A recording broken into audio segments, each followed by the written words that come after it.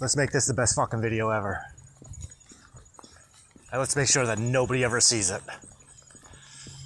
Thank you, HaShem. You know, I'm writing, how do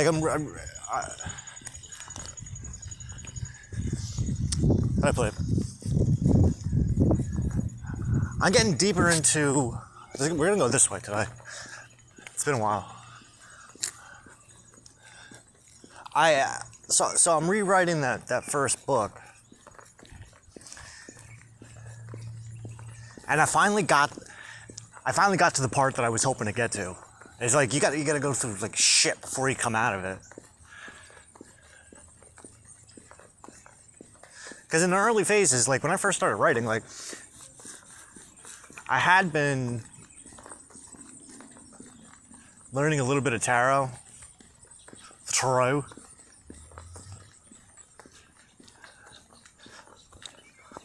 But I finally made it to the weekend where I got the deck that like really changed everything for me, which was the Demon Tarot. It's technically an Oracle deck, but that's fuck it.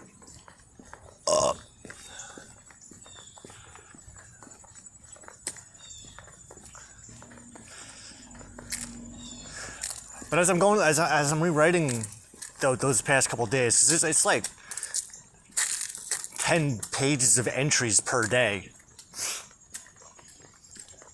So I just finished.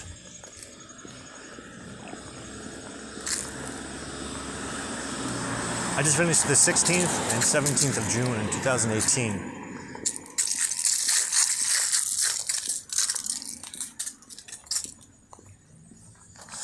And what was really cool,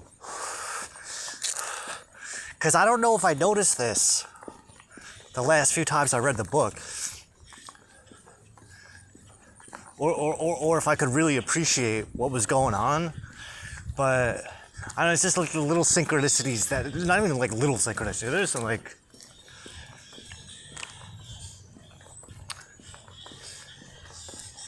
there were things that happened over the course of that weekend that I really, now that I'm thinking about it, I never put enough appreciation into. I was so focused on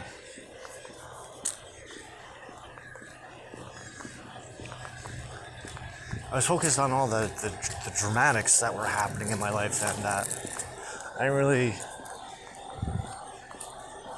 take into consideration. Hello, my love. How much,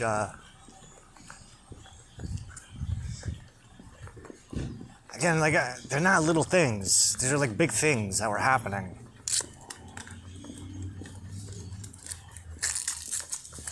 And for the first time, I'm reading this not as the bad guy. And I don't know if it's good that I'm seeing myself as a victim. But there's a part of me that's like, yo, what the fuck were these people doing to you? Holy shit. Like I'm fucking reading this thing.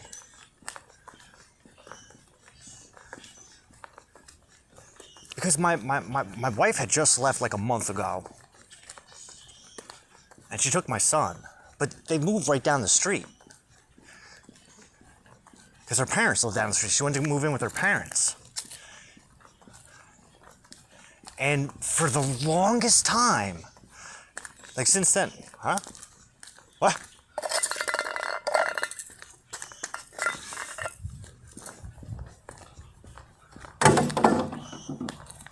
For the longest time, like I've been beating the shit out of myself. And I've been allowing other people to beat the shit out of me too. For the way that my life ended up going from here, because eventually it just got so, the drama got so bad that I had to get the fuck out of there.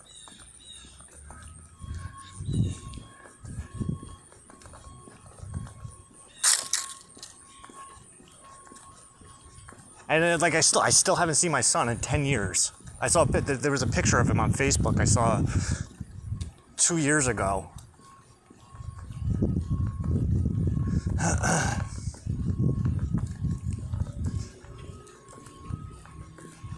But I'm fucking reading this. I'm fucking reading this thing. And HaShem, like,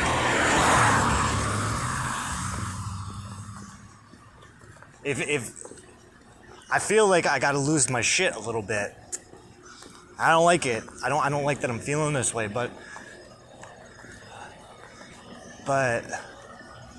yesterday when we were doing this, I was giving myself advice, like,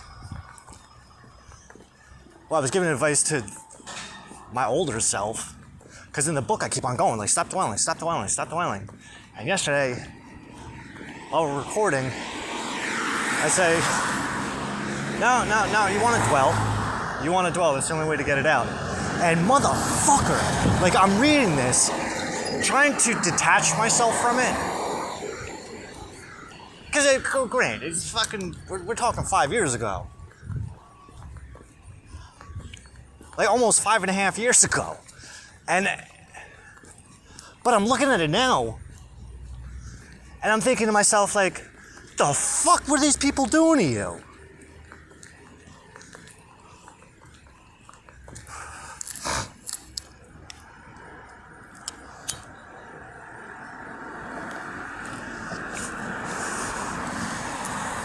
Like, what the fuck were these people doing and saying behind your back? Well, I mean, that's a fucked up thing, too, because I'm rewriting this part. And it was Father's Day. And me and my son, we went out. We were trying to do shit.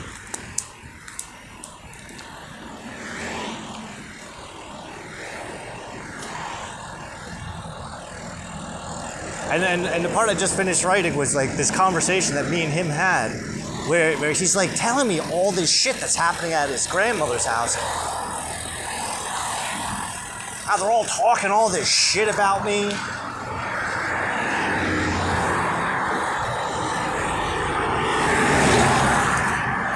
How his mom's, like, complaining of, like, I mean, I guess, can I vent? I can vent here, right? This is a safe space.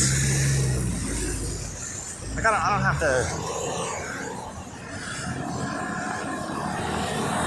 to wash my fucking tongue. Nah, I got this fucking lady. And it's funny how it all worked out too, because her friend came over. We had some friends who lived across the street, because they had kids my son's age, and she came over the day before to use the washing machine.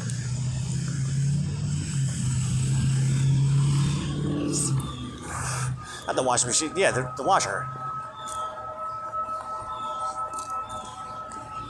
Well, she's all pissed off because Amanda was over.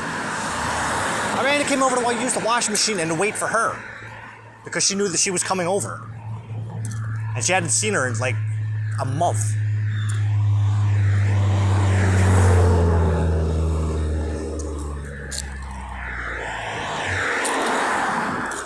Then I have her other friend who comes over to smoke blunts once in a while. April says you're an asshole because you won't let her use the phone account.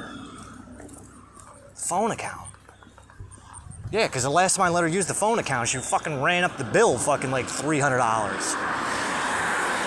So I told them that they have to authorize it through me. Don't let her. She's not the one on the name of the account. That my name's on the account. Authorize everything through me.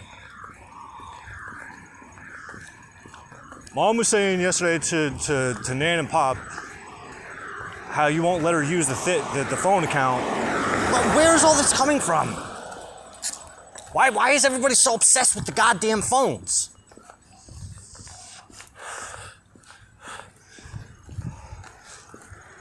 I forgot about that on fucking Father's Day. She calls. Oh, he needs a new phone because he jumped in the pool with his. All right, we'll call. Go to the store, get everything set up, and then I'll come over there and sign whatever they need to sign. And she calls me back like 10 minutes later. Oh, don't worry about it. My name's on the account. I can take care of everything. Wow, you're an asshole.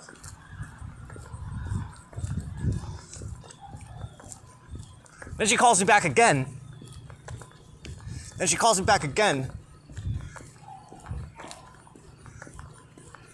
telling me that the AT&T store, the credit card machine's down, so she needs cash. All right, no problem. I'll run the cash over. And she gives me like this number, like $300. All right. Come on, boy.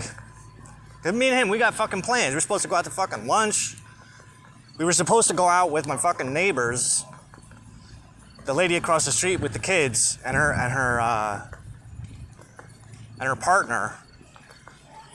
But then that got canceled because he was fucking around with some other chick the night before. And she found out.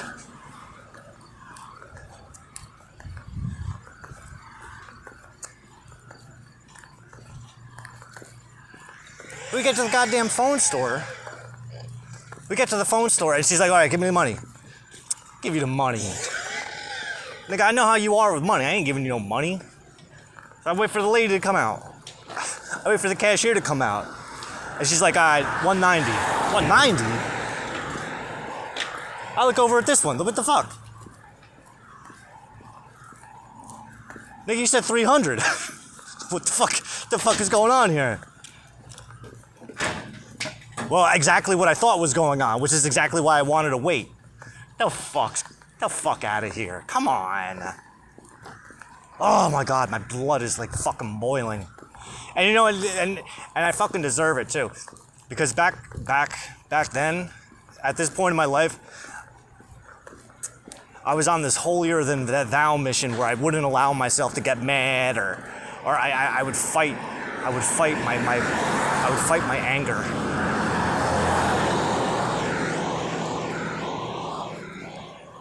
Because I was still married to this idea that me and her were gonna fix things. And you know what, like, it's probably a good thing because if I let myself lose my shit the way that I want to lose my shit right now, that I'm losing my shit right now, this is actually me losing my shit. I don't know, I probably would fucking set the fucking parents' house on fire. I'm so angry. Like, who the fuck?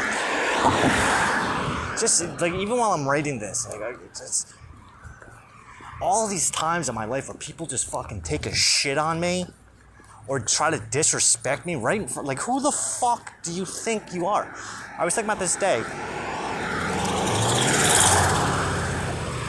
This new friend of mine on Facebook, she made a recommendation to read a book by Rumi.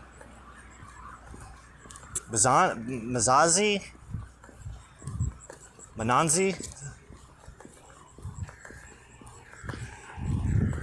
A book of Sufi poetry.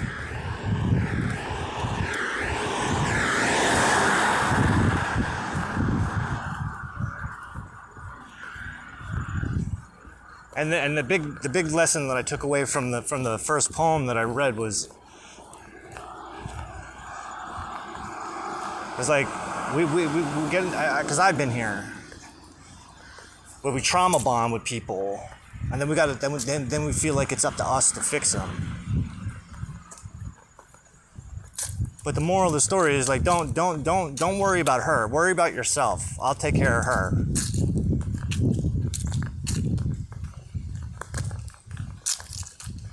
So bringing that mindset into this, it's like, all right, let's presume that there's nothing wrong with her, because in this part of the book, I'm like talking heavy about, I gotta fix her, she needs this and that.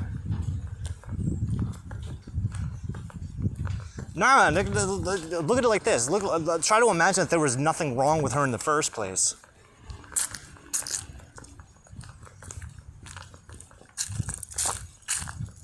This was a fucking blessing, dude, because these people are so fucked up. They're so fucked up that they're fucking liars. And they intentionally lie about you. And they lie to the boy about you. Even myself, like I wrote. I forgot about this conversation that me and him had after we left the fucking store. Because he's sitting there watching this whole thing. And the dude's like 11 years old at this point, so he ain't stupid.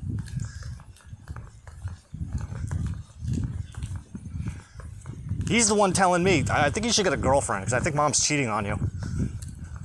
What? Thanks for the heads up, bud.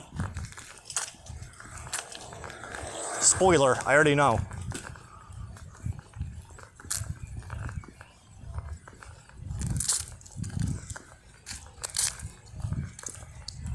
And then the shit with the phone, it put us behind our plans by about an hour, because we were going out to fucking Benihana. Right? Is that the name of the place? Benihana? The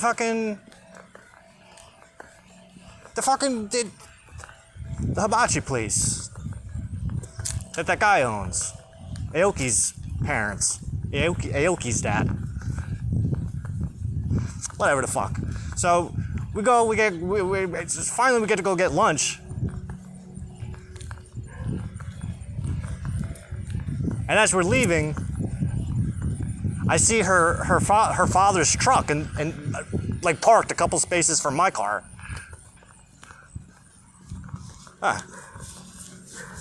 Because he had bumper stickers on his truck from when my son was in boxing school. So man, good thing we got those bumper stickers, eh? Let's go see Poppy Rich. So I allowed my intuition to my intuition grabbed me. It was just like, go see if you can find this guy. Don't hide from him.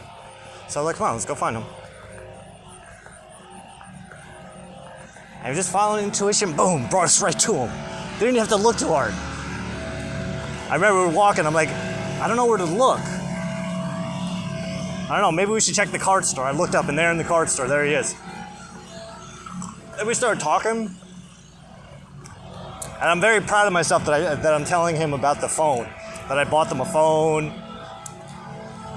That I let her use the account. Because in my head, I'm thinking, like, as I'm writing this, I'm thinking to myself, like, wow, you guys, like, look like jerk-offs right now. And it's not like I'm, like, going out of my way. Well, it's not like I intentionally went out of my way. The fucking guy was my father-in-law for 12 years.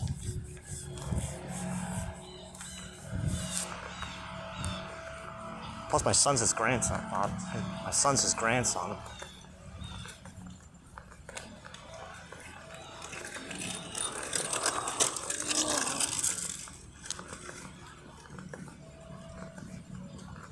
But then I remember me and him were in the car, we're talking. Well, I remember this because I wrote it down. We're talking. And he says to me, he's like, you know, Mom's probably gonna lie. She's probably gonna make up a lie about what happened today.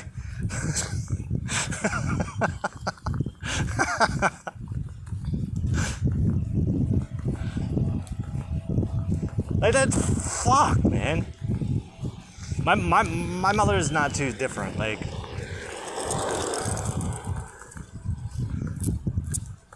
she likes to blame my father for the way that people look at her. And she likes to say, like, oh, he turned you kids against me. The fucked up thing is like, and I know this is gonna like she'll point out to me, your son, he's gonna need help when he's older. He's gonna need this. He's gonna need that because his father wasn't around. I don't think so. Me and that dude were like pretty tight. And last year I had problems with. Me and that dude were pretty tight, so like I'm pretty secure in my relationship with him.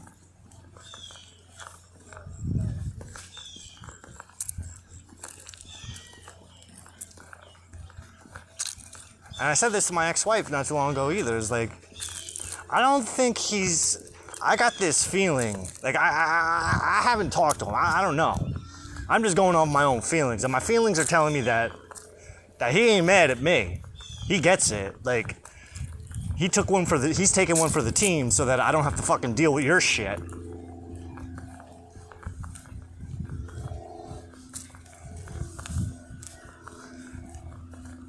Come on, now.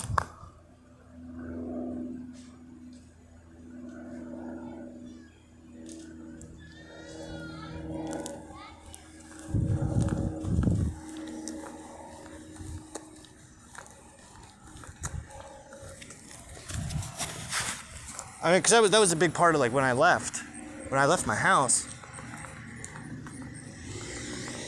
It was about a week or two after the last time I saw them, which was on Labor Day, 2018.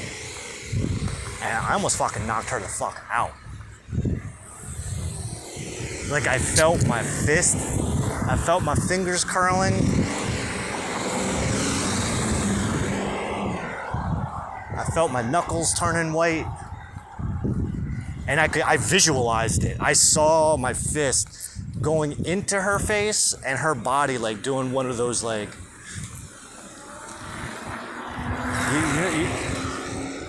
now in like Avengers, like motherfuckers, they'll punch somebody, they'll fucking fly through a wall.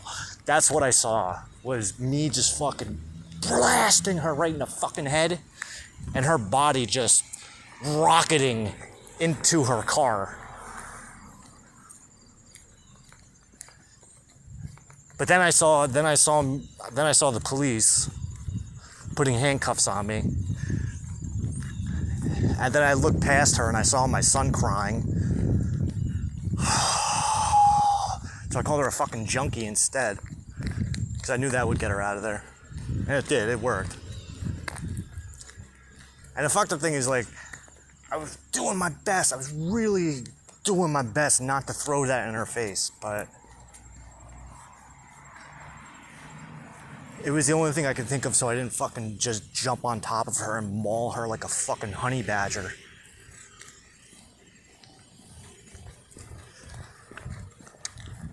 Cool.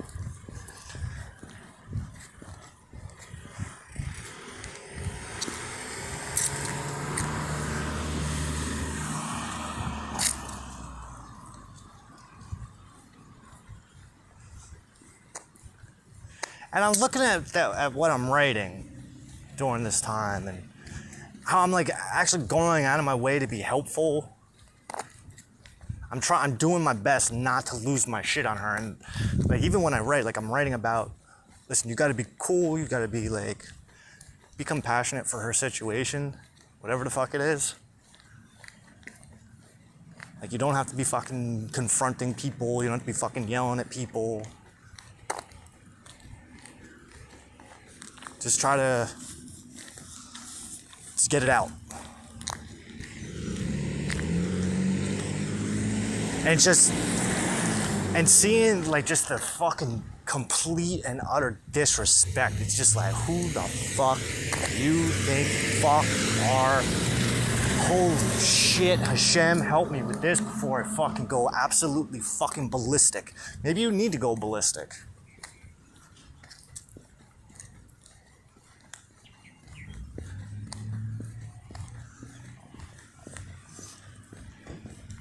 Because realistically, if it wasn't for the fact that I actually make an attempt, hey, listen, I consider it half kidnapping what happened. And not even just on her part, but even on the court system too. Because the court, I didn't go to the divorce because I didn't know when it was. They had the divorce without me.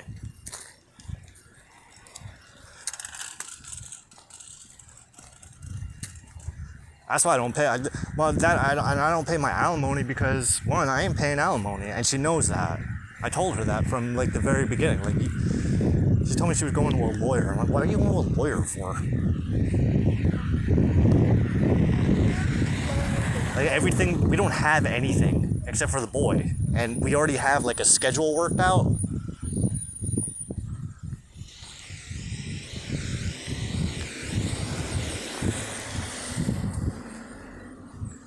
And then when I'm in a money flow, then I'll help you out more. But that's just like not happening right now.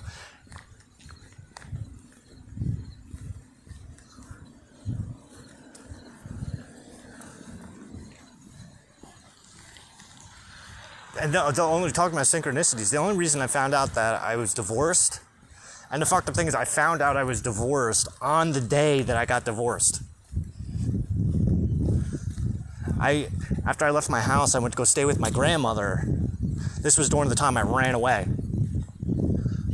Oh, this feels good. This feels like a good rant. But this feels like therapy. Because I don't have anyone to cut me off, and it feels like I'm talking to somebody. But it's like, I went to go stay with my grandmother, and I was there for 2 months before I came down here. And like she'll say to me, like, HaShem, I know this whole thing about blaming and pointing the finger. I'm pointing the finger at myself for fucking years. I fight to not point the finger. So I'm taking advantage because I'm just venting.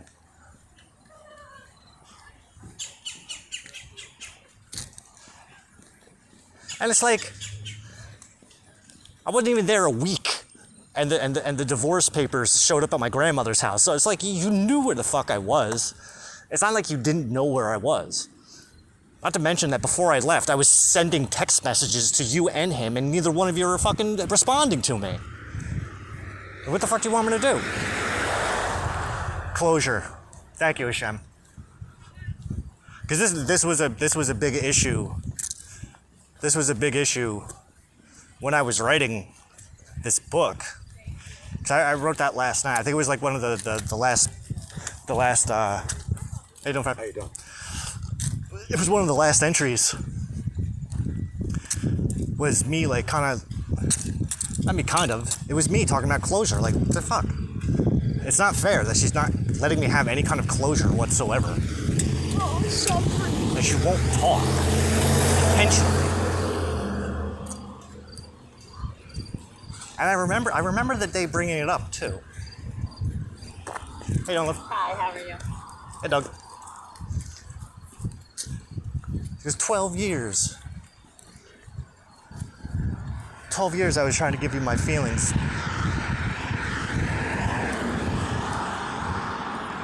And now you want them? No, sorry. What? Thank you, look.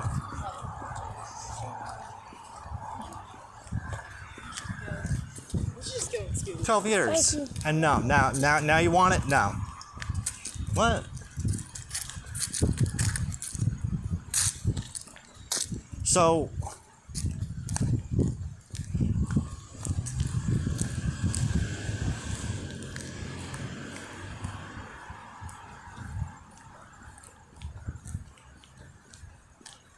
I've just had so over these past years, like I get really stuck on all this. I get so stuck on it, and like I have to like fill in the gaps by myself.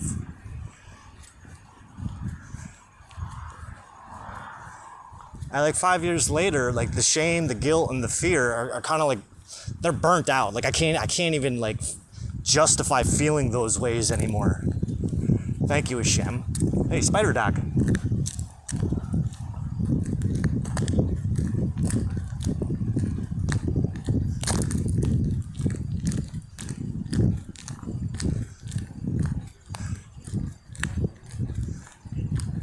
And it's like, well, what more could you have done? Yeah, exactly. What more could I have done?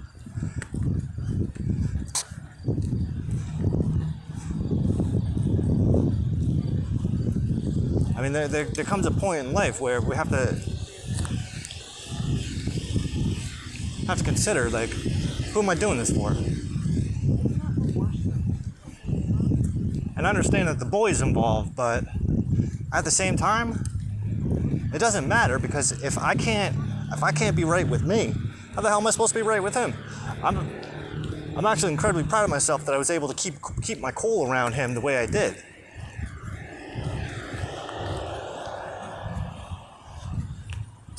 Because it's fucking crazy. It's literally, it's crazy to me to see like one adult versus everybody else. Everyone's got a fucking thing to say. But at the same time, like, when the fuck do I get to say something? 5 years later? After it's like, one, it should be squashed by now. But that's what I'm saying, is like, I feel like I'm a pretty reasonable character. Like, but I'm still dealing with this shit. in a sense that, why have I still not seen my son?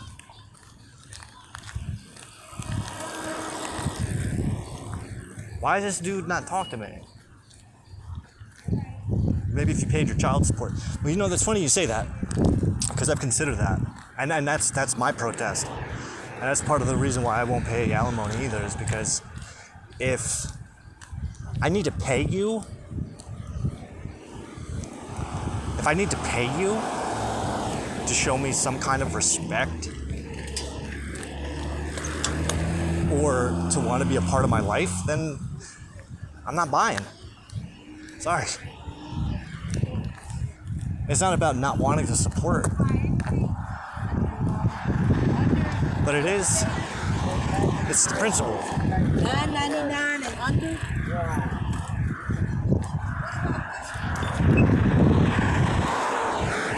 The principle of it is very simple.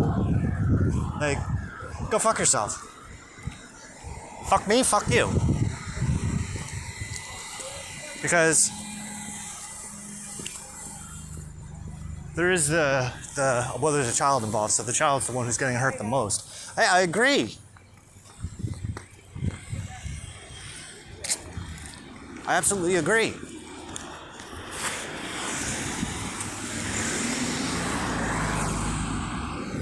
Like, so much so that for the past 5 years, I kind of regularly, not anymore. It used to be a monthly thing. But just every couple weeks. Hey, hello everybody. Either I get no response or I get reminded about how selfish and much of a jerk off I am. And eventually that shit gets old, you know? Because if that's all you have to say to me, is like, oh, I'm selfish. I don't know how to treat other people. I only know how to love myself. Like, what? Okay. You know what? You're right. You're absolutely right. And I'm going to do that. I'm going to start that right now. Because after 37 years of fucking beating the shit out of myself and hating myself, maybe that's literally what I need to do. Is go, fuck it.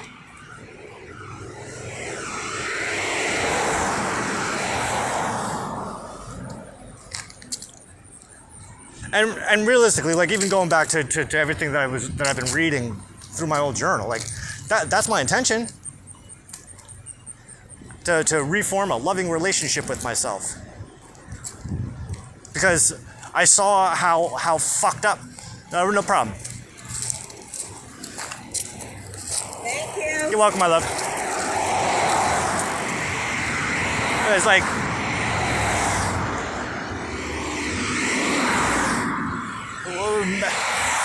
I saw how like twisted up my life got because I fucking was treating myself like a piece of shit, using the fuck out of myself, mentally, emotionally, spiritually, and physically.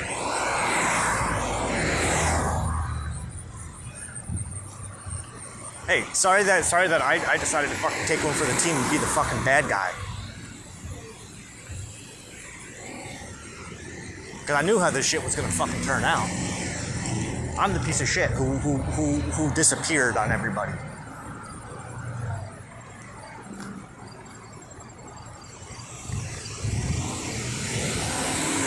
Because that's the type of jerk off I am.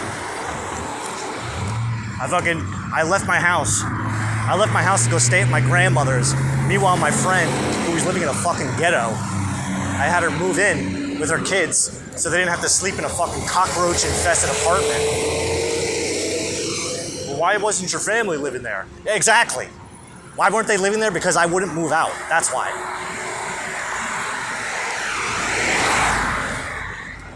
Because when I said, hey, do you want to do? He's got the bunk beds. I'll stay in the fucking room with him, and then you can have the big bed. No. I want to stay with my parents. Okay. All right. Whatever. And I think I even threw it out one more time a month later. Like, hey, you guys, you're definitely not coming back? Because if you're not, I'm gonna need you to get your shit out. And if you don't get your shit out by the end of the week, I'm gonna put it down in the crawl space.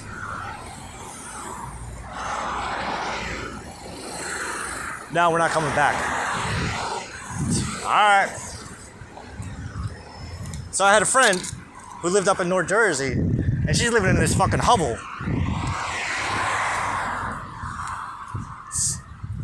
And we used to read, she was a tarot reader too. So the intention was we were going to try to do some kind of business plan. So it made sense to me, why don't you get the fuck out of where you're living, come move into my place, because I need to get the fuck out of here. Once you can get a little bit more established, then you can start paying rent to me. And I can worry about going out and getting more people to pay us. And you have the kids. I have a bunk bed up there. And because my son stopped coming there like a month earlier. Like, I haven't seen this fucking dude in a month. Because if you don't do something, then people don't do it. Listen, people got this way of how like parenting has to work. Sprechen Zipinga. Listen, if I gotta chase you, it ain't worth my time. You feel me? I'm not saying that people gotta chase me, but put in some effort. Like, I can't be the only one constantly doing this. And I had this conversation with my ex, well, back then too. And mind you, I'm going back to 2018. We're 5 years fucking later. I just need to get this shit out of me because I've been holding on to it for fucking way too long. I didn't even realize I was holding on to this shit until rereading this thing. But I remember I took a trip. And yeah, this is a little bit manipulative, I guess. I was taking a trip to my sister's in San Diego for my birthday. Because fuck it, I need to get the fuck away from everything, man. And I didn't tell her, my ex. But I also didn't realize that, because I figured like this, let's see if anybody comes to me. Let's see if anybody comes over to see how I'm doing, to check on me, to see what I'm doing for my birthday. And like 2 days before I left. 2 days before I left. And it's a good thing this happened too, because talk about another synchronicity.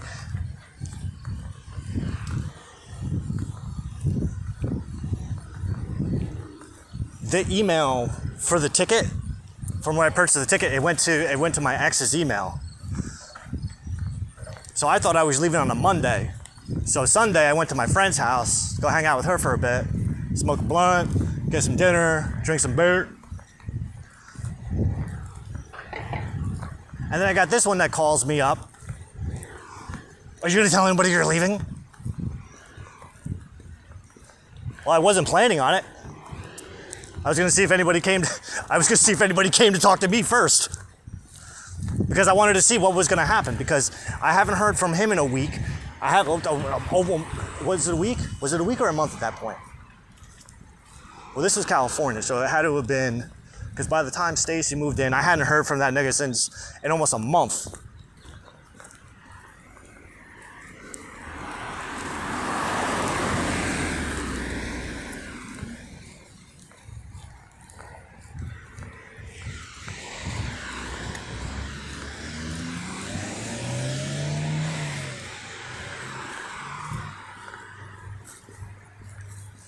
You know, this is only your side of the story. I know, but that's the only side of the story that matters right now. I told you, this is like I'm doing therapy.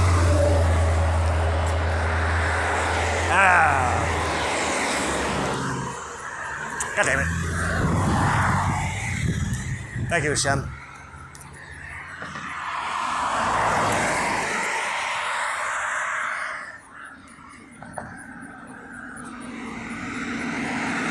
Well, you know, love's a two-way street. You have to show it in order to get it. It's like, well, I added that last part. It's a two-way street. Yeah, no shit, it's a two-way street. I can't constantly be doing everything. He has to put in some effort too. Like, this isn't like everything falls on daddy just because baby boy doesn't feel like getting up off his ass. or because he feels like he's gonna get in trouble. Because that was another thing. I remember him fucking telling me, like, she doesn't want me coming here. Or she didn't want him coming over on, quote, her days. Meanwhile, what'd you guys do? Nothing. I was playing video games. She was on the couch on her phone. The fuck? Then what the fuck are you two doing on her day? Like, I don't understand. Remember one day me and him were supposed to get fucking ice cream. On her day.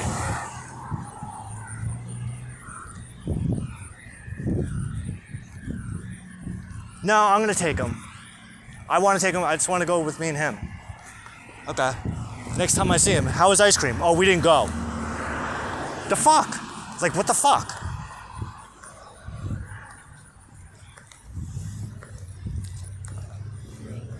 I remember there was another time we went out for dinner, me and him. We went to Red Lobster. It was right after I got them the phones for Father's Day.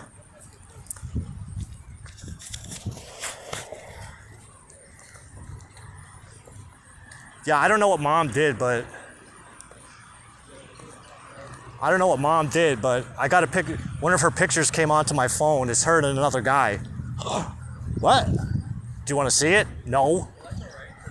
Yes. And it was a fucking screenshot. It was a fucking screenshot of her FaceTiming with some dude. Ow. Ow.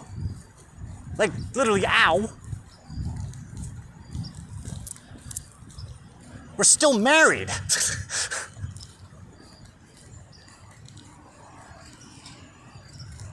Yeah, I think she's cheating on you, Dad. Another time, I think they were out of the house for about a week. Out of the house for a week. Me and him, we go to the Chinese buffet. We're sitting there. This is why I was glad that he stopped coming around, because like this shit was just like, it was driving me nuts. It was really driving me nuts. So you know how I go on mom's phone and use her Facebook? Yeah. Well, I went on there and I saw a video of her. And she had no bra on, and she was shaking her boobs around.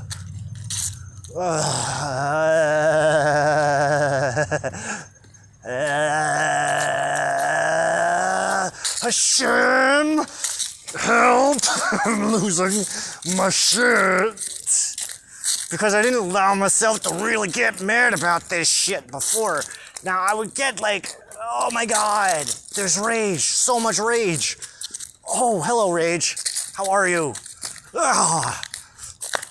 I have no pity. I feel no badness over this. You fucking piece of shit, bitch, whore, cunt. I hope a fucking plane falls on your head.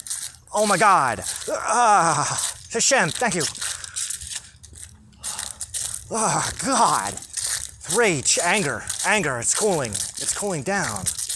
But it's like, this fucking dude, man, like I felt terrible for him.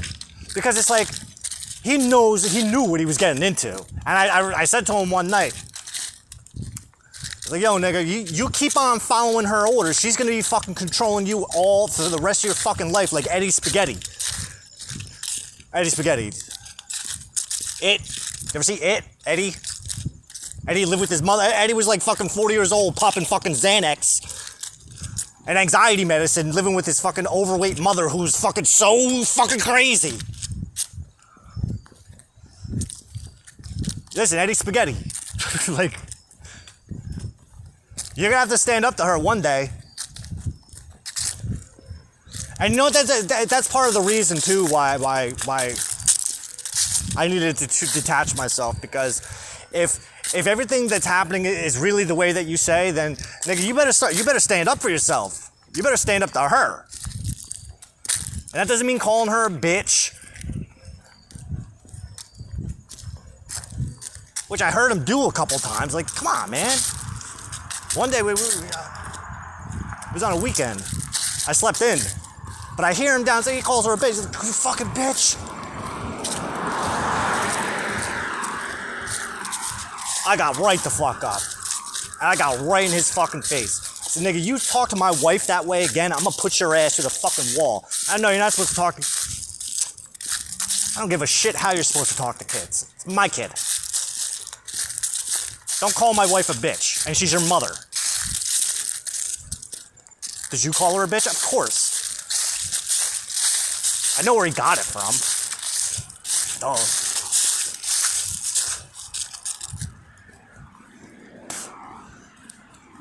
No, but I'm the type of parent that believes like you got to instill fear in your children.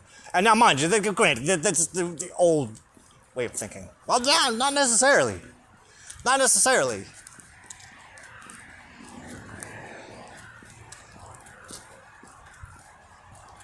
Mind, I'm talking about a boy, not a girl.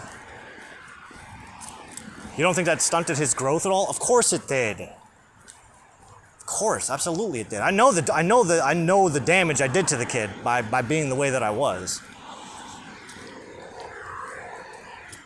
We used to do therapy sessions. I mean, just me and him. I'm not your dad, you're not my son. You have you have the open mic so that you can say whatever the fuck it is that you want to say. What's your relationship like with your father? I'll give it to the dude. He gave no fucks. He was cool. He told his father that he hated him. That was like the proudest moment of my life. I had the same moment with my father when I was younger than him when I finally said it, but my father's reaction was completely different from my own. What was my reaction? My reaction was, see, I told you, we're all good. But it was good for him. It was good for him to get that out because I was kind of pressing. I was pressing the issue, and I could sense his frustration. His frustration was growing because there was a lot of pent up shit because I was always kind of like rough on him. And not physically, but like emotionally. Like I would like bust his balls a lot, make him feel bad about himself.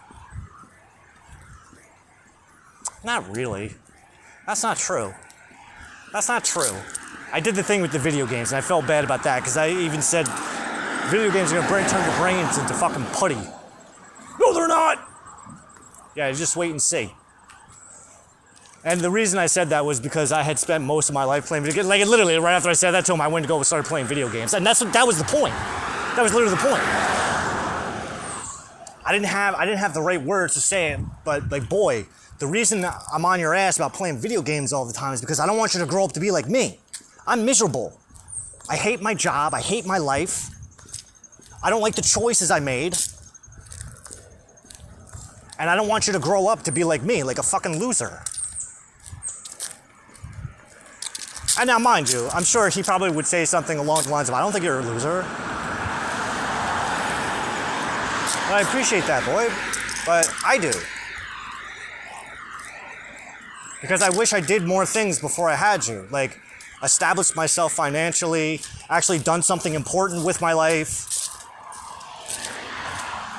And what I mean by that is like something that I could look at and be proud of. Because right now, looking at your mother, looking at you, looking at the house, looking at the situation, looking at our relationships, looking at the way that we all hate each other. I don't hate you guys. Well, we hate each other.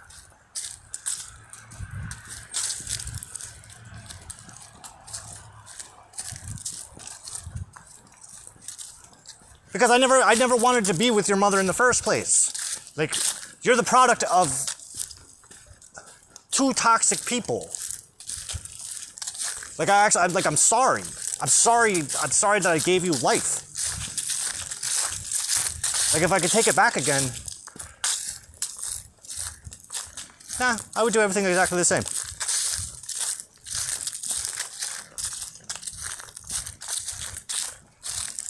Well, now I would.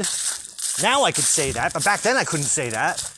I couldn't say that back then. Like, back then, like, I wanted to change everything. Back then, I wanted to do that whole butterfly effect thing and go back to the womb and then strangle myself with the fucking umbilical cord. This is also a time in my life where every night that I went to bed, I would pray that I wouldn't wake up in the morning.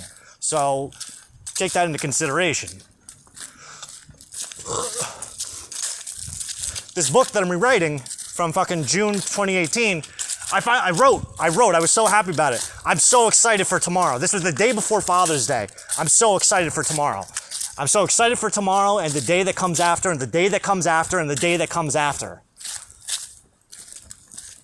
Do you know what that's like? Do you have any idea what that feels like? I don't know what tomorrow's gonna look like, but I can't wait for it.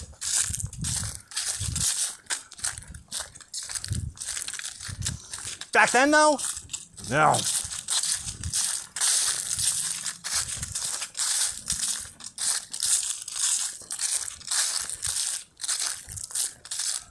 Back then, the highlight of my life, like, my life got fucked up because I didn't get to kill myself. I didn't get to kill myself because I fucking had a kid.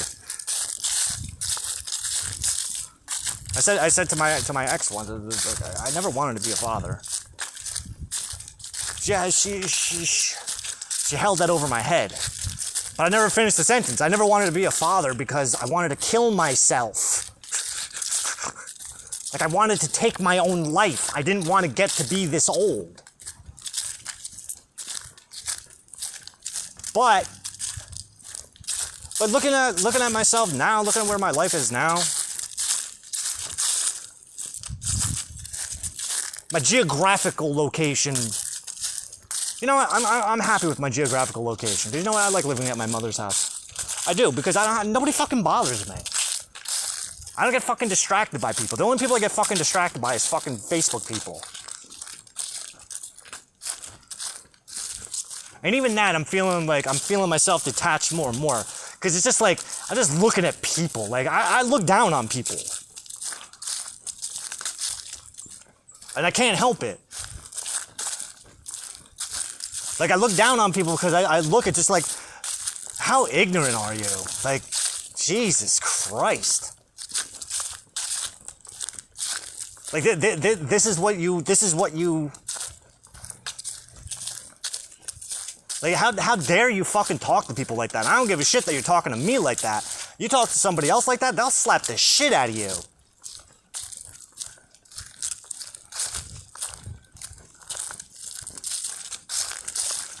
The guy told me I was a Christian this morning. Tell me more about myself.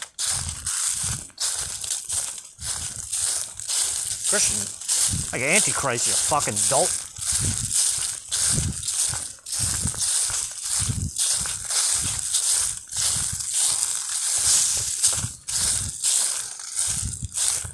But that thing falls on my head, it's gonna hurt. These fucking trees, man. These trees are all fucking dying. Trees are not supposed to fall over on themselves, I don't think. These motherfuckers don't look too old. Oh, god damn it. That's fucking bullshit.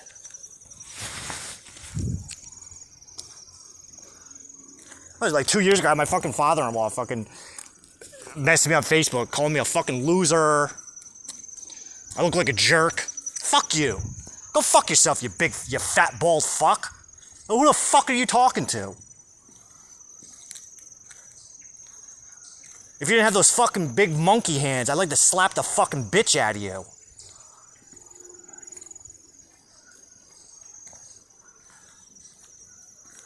Motherfucker, you dumb motherfuckers. What the fuck did I tell you fucking years ago? Listen, I gotta find myself. Everyone's got shit to say. Oh, you're fucking drinking this, you're lazy. We know you did coke that one day. So did everybody. As far as I know, you guys did too. The fuck are we, why are we ganging up on me? Oh, that's right, because I wanted to have an intervention with your daughter because I thought she's gonna fucking kill herself with drugs. You fucking jerk-offs. I didn't kick her the fuck out. She's the one who fucking left. And then try telling me you kicked me out. What? You left!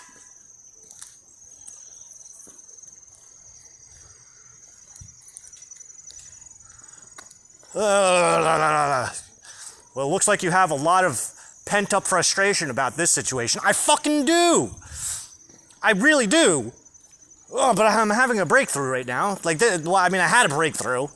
I had a breakthrough earlier. It's just that now everything's kind of purging up to the surface. I can't wait. We still got fucking... Oh, man, it's going to be winter time soon.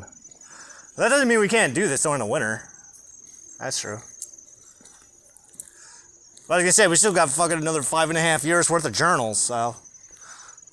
This is gonna be a fun fucking winter. You need to get a job, motherfucker. This is work. This is my motherfucking job. How about that? Fuck out of here. I didn't fucking start. I feel like Dr. Evil. I didn't go to 5 years of fucking evil doctor school so somebody could call me Mr. Evil. It's Dr. fucking Evil. I didn't fucking start the Toxic Order. I didn't register the Toxic Order LLC with the fucking United States government just so I could be fucking an employee for somebody else. I'm my own fucking employee. Turn your hobby into a job. It doesn't matter that I'm not making money. I have the state funding me so that I can continue my fucking work, my research and development in myself. Because I don't know, like, people have this thing where they want to suck the dick on people who have shitty jobs. You hate your job. You're not making enough money. The only reason you're even doing it is for the paycheck. If you weren't getting the paycheck, you wouldn't even be fucking doing it. Get the fuck out of here. Fucking judge me, motherfuckers. Like, who the fuck do you think you are? Why, because you got a fucking retirement plan? Go blow it out your ass.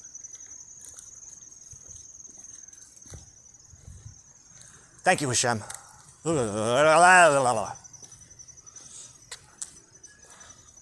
Maybe you're just fucking jealous because I'm fucking cooler than you. My life is better than yours. I don't want to fucking hang myself every single day anymore. Because that's the thing, too, is right when I wanted to not kill myself anymore, that's when everybody else started to have a fucking problem with me. Once I started talking the way that I would talk when I was drinking, once I started to open my mouth, that's when everyone, oh, fucking piece of shit. And I pity my son, who has to fucking listen to God knows what. Even if he is the fucking ringleader on it sometimes. I don't give a shit.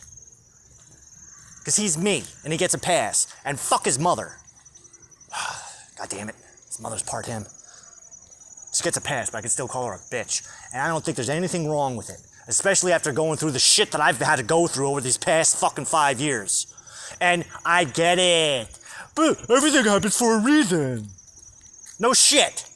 But that doesn't mean that there isn't a part of me that doesn't want to fucking explode like a goddamn bomb. Fuck off. I can bring myself down before I can go back up again. And right now, I gotta come fucking down to the fucking pits. Fucking motherfuckers. Ugh. Thank you, HaShem.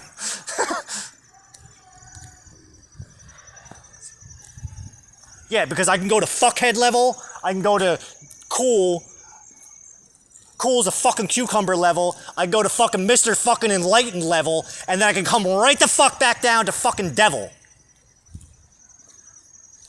I was thinking today, I was talking about the Sufi poem.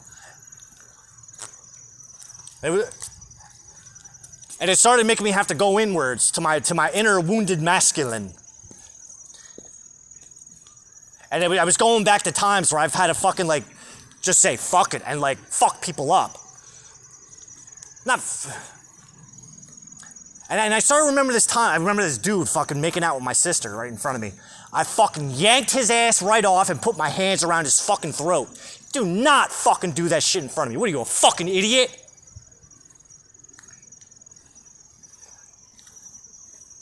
I slapped your mother with my dick right in front of your face. Like, what the fuck is wrong with you, jerk off? And this fucking guy, that dude was on my shit list for a long motherfucking time. And now I'm thinking about, and then as soon as I got done thinking about that, I started thinking about my ex-wife's, her boyfriend. That motherfucker.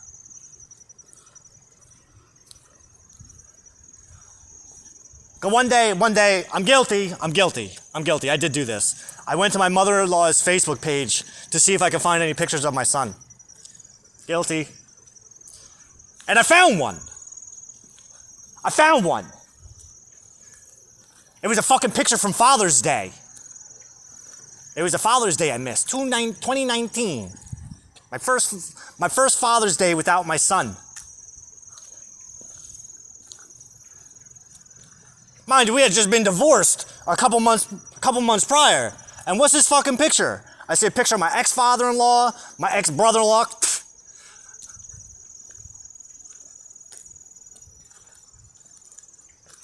And her boyfriend with my son playing golf. The fuck? Nigga, I was in that family for fucking 12 years. Oh, you should come golfing with us. Yeah, I'll go golfing with you when you tell me when you're going.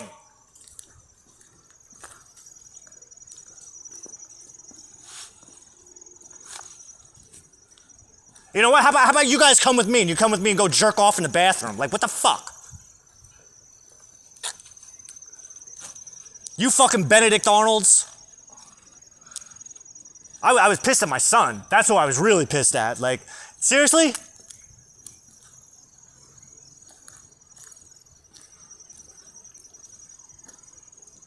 And it's not like I didn't know this guy was she was dating this guy, because he told me over the last summer I saw him. Oh, mom's dating a gym teacher. What? What is happening?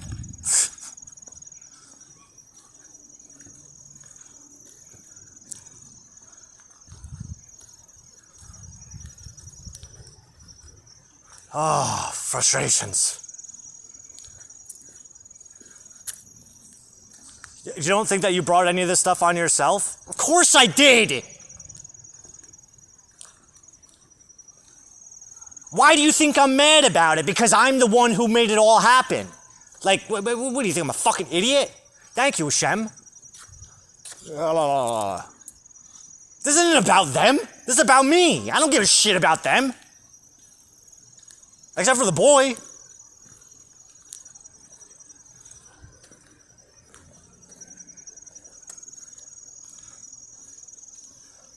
My biggest frustration is that because of the boy, I still have this fucking connection with these people. And they're doing a much better fucking job at ignoring me than I can at ignoring them.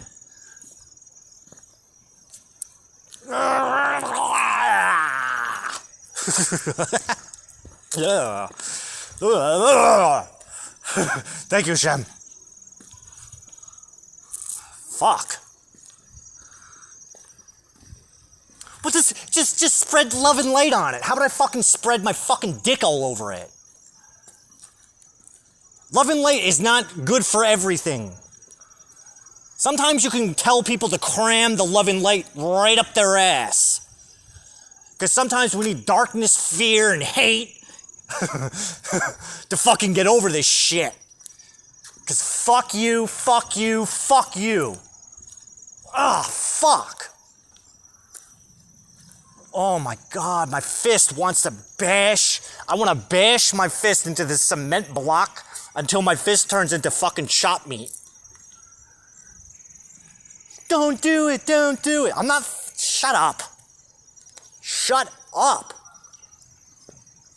No, you know what?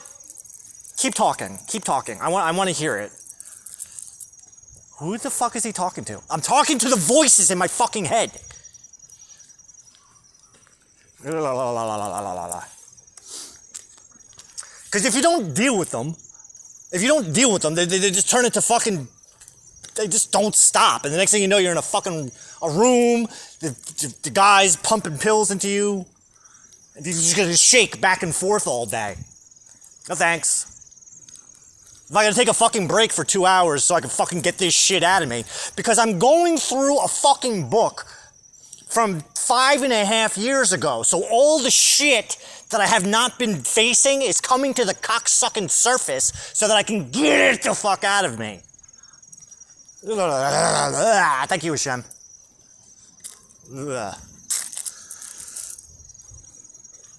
God, that felt so awesome. What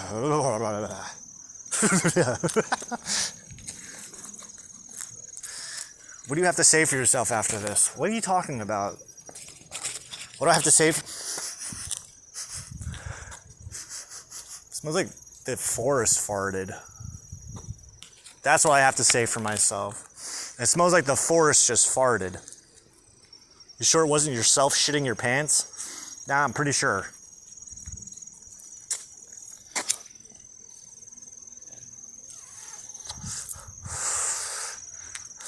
Well,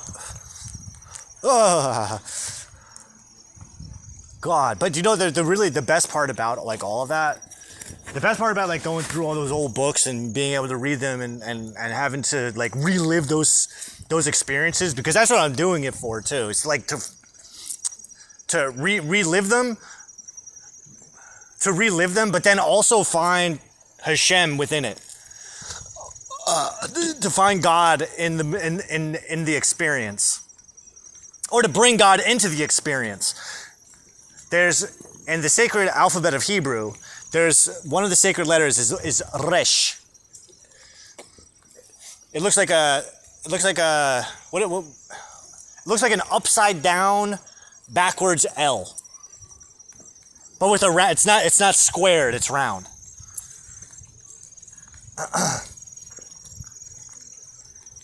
And what Resh, one of the things that Resh represents is like, so okay, let me back it up. So there's another letter, the third letter in the alphabet, right? Aleph, Bet, Gimel, Dalet. So the fourth letter in the alphabet is called Dalet. Dalet looks exactly like, Dalet looks like an L. It's squared. But there's like, right, so you got an L, mirror the L, and then flip it upside down.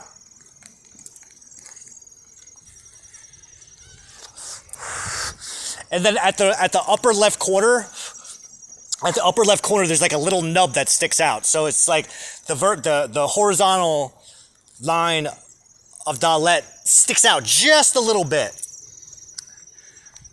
What Dalet represents is a poor man. The letter that comes before Dalet is Gimel. Gimel is the rich man who chases after the poor man. The rich man is chasing after the poor man to give him Zeduka. So in Jewish tradition, we have what's called Zeduka. That it's charity. You give charity. So Gimel, he's going after the poor man to give him, hey, here, take this. I have this in excess. Take some of my money. And mind you, like, we're not necessarily talking about money. We're talking about spiritual currency, about like spiritual wisdom. So the poor man Dalet, he doesn't really have much to go on. He's poor. And that's the guy that I'm talking about. That's the guy that I'm talking to right now. Because he's not in the same place that I'm at right now. He hasn't evolved to that spiritual perception yet. He sees things, he gets it, but he doesn't get it at all. So what's happening is, I'm going back to my old books so I can pull that part of me up and show him what HaShem has been showing me over the past couple months, which is, there's a God, we are one of his favored people, and everything that you're going through right now, as difficult and as painful as it is, he's putting you through it because you need to go through it. Because the sacrifices that you're going to make over the next months, weeks, years are what's going to make you into the bad motherfucker that I am today.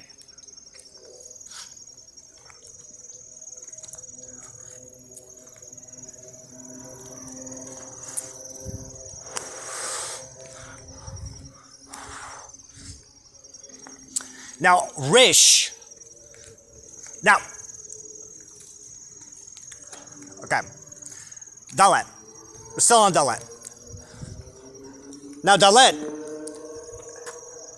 that the horizontal line, it represents like a guy with his hand out.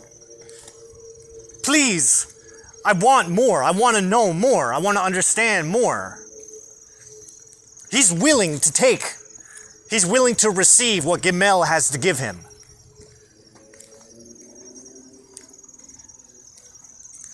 That little nub that's sticking out of the upper right corner, that represents the letter Yud. The letter Yud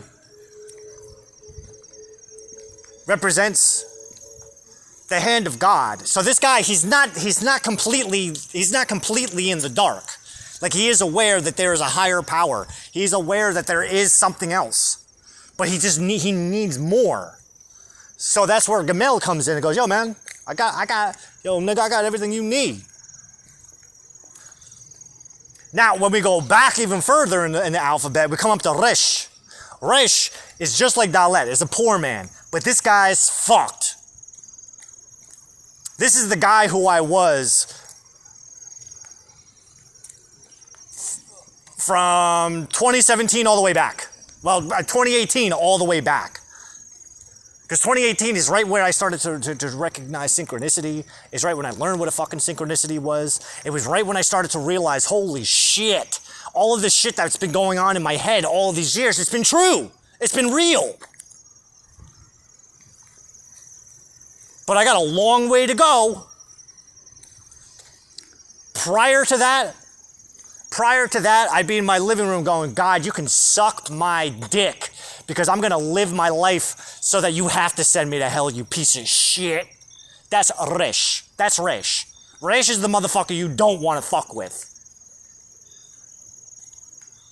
Because to Resh, there is no fucking God. He is God.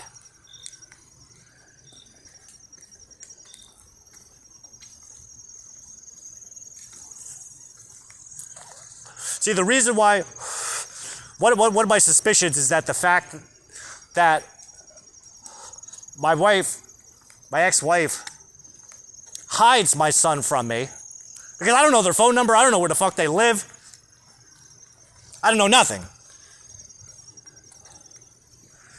The reason that they hide him away from me is because they don't want him to tell me everything that he's gonna tell me the next time I see him. And I'm not even gonna have to ask.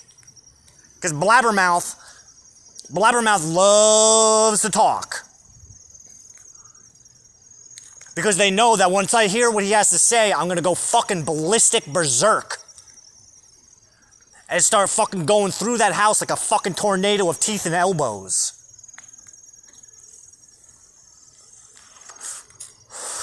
That's what she told you?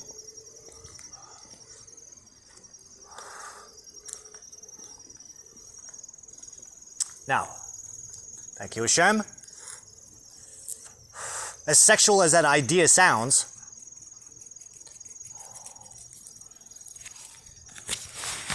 part of the reason that we're doing this work that we're doing right now is to prevent something like that from happening. That's why we're getting it all out now.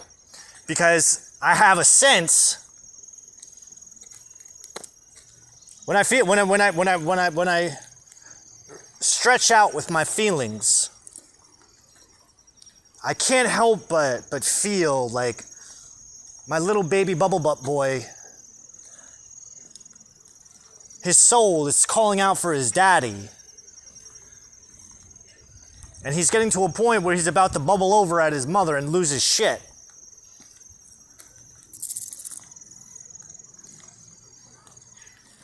That's it. You're going with your father. No! No! He makes me walk, he makes me exercise, and he tries to get me to eat right. And his fucking mother, she's gonna make me like delicious meals that are healthy. No! Oh yeah. That's exactly what's gonna fucking happen, because your ass is gonna come out with me to these fucking woods, and we're gonna lose our shit together, boy. You had enough time playing with your mommy. Are you out of your fucking mind? Yes, I fucking am. Thank you, HaShem. Thank you.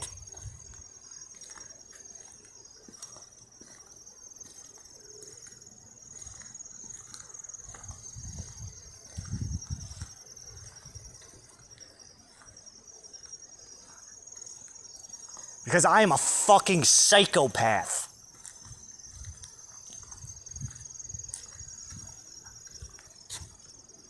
I box with trees and I box with concrete. I do it because I love it. And it's to make my fucking hand like concrete.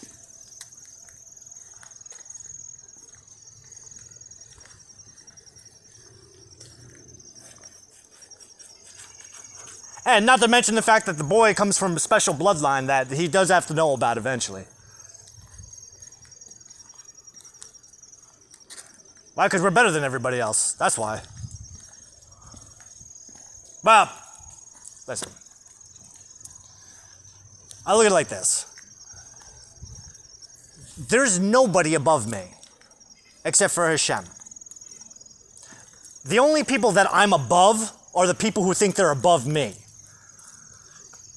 And trust me, there are people, even in my own family, who think that they're above me.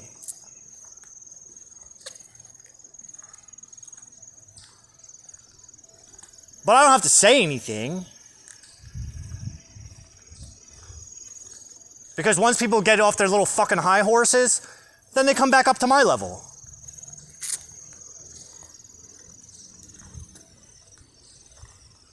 Oh, God, fuck, shit, piss, motherfucker.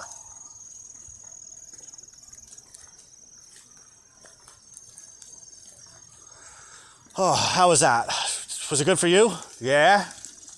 I loved it. Me too.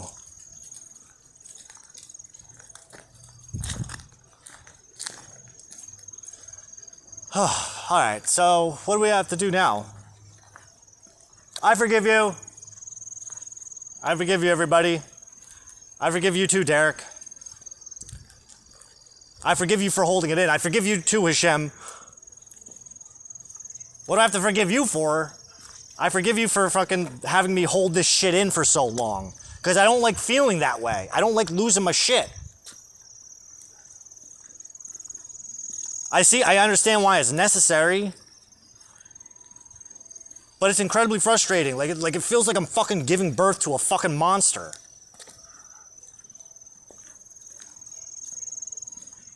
Aw, Daddy's baby boy misses him. I miss my baby boy too.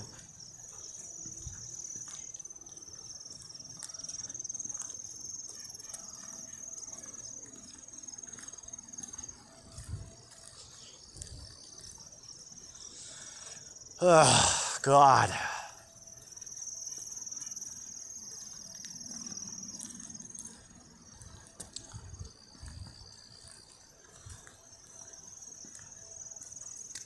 And then what?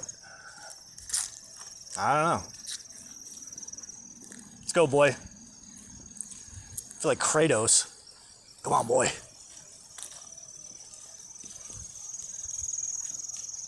Way fucking cooler, though. You think you're cooler than Kratos? Yeah.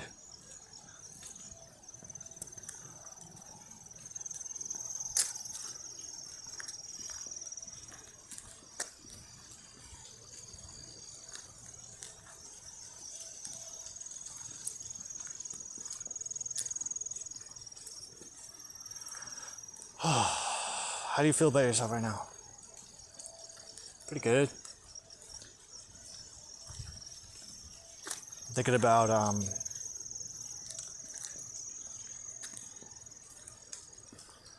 I'm trying to think about how to fit this all in with the bigger picture type of thing. Well, I mean, okay. I figured it out. I know I have the answer that I'm looking for. Because there's going to come a point in the future where I think back on this moment and I'm like, oh, you know what? I'm really glad everything happened exactly the way that it did. I'm really happy that everything did go down exactly the way that it did back then.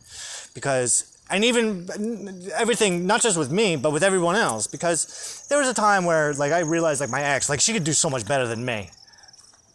I didn't like the idea of it, though. Just because I knew it doesn't mean I like the idea of it. You know what I mean? Like, and even when I'm writing, I'm very I'm open about the idea, like, she needs this. She needs this as much as I need this. And I'm happy for her that she found somebody that treats her good. Treats her the way that she wants to be treated. I'm very happy because I couldn't do it. I tried, but I couldn't. Like, it just wasn't there. Like, I couldn't do the things. And I know why I couldn't do the things then. It's because I didn't have the capability. I wasn't there with myself. It's like, you can't be there for somebody else if you can't be there for yourself. You know what I mean? So, I think thank you, HaShem, for helping her or introducing her to someone who can make her happy. Thank you, HaShem. And thank you, HaShem, for keeping my son out of my life for as long as you have, so that I could focus on my shit, because I don't want to lose my shit on the boy. I definitely don't want the boy scared of me. I mean, I want everybody else scared of me.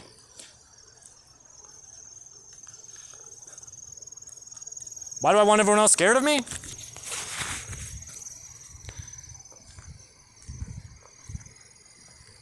Well, that's easy, because I want people to think twice before fucking looking at me funny. Do it when my back's turned. Actually, do it to my face, because I'd like to see what the fuck I would do. I mean, I would love to lose my shit on somebody. It's been a while since I really got to lose my shit. Because when I lose my shit, I won't let you talk. Well, let me rephrase that. I won't let you talk over me. I ain't gonna let it happen. I take enough disrespect. I take disrespect up to a point. Then once I had enough, then I let you know that enough's enough. You're done. I don't need to raise a finger. I don't need to fucking swing at you. I don't like violence. I'm the type of person that, like, I would prefer not to fight. I'd rather use my mind to get me out of a fight. And I've done it before. I took on 5 guys once. That was fucking badass.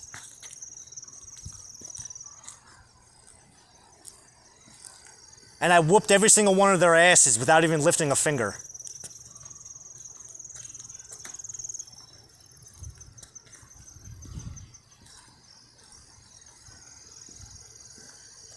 Then I went to go smoke crack with a prostitute in Atlantic City who had a tracheotomy. And she held my hand when I was having an anxiety attack. She was nice. You had sex with an Atlantic City prostitute? I didn't say that. I said I smoked crack with her. And she held my hand while I was having an anxiety attack. Why were you having an anxiety attack? Because I'm smoking crack with a prostitute in Atlantic City. That's why. What the fuck else would I have an anxiety attack for? If anybody knows what I'm doing right now, they would fucking kill me. Enter the panic attack. Mom. I'm not even supposed to go down to the fucking seedy part of town. Meanwhile, I'm fucking walking around Atlantic City, the inner city of Atlantic City at fucking 3 o'clock in the morning, smoking crack with a prostitute with a tracheotomy in her neck. Like,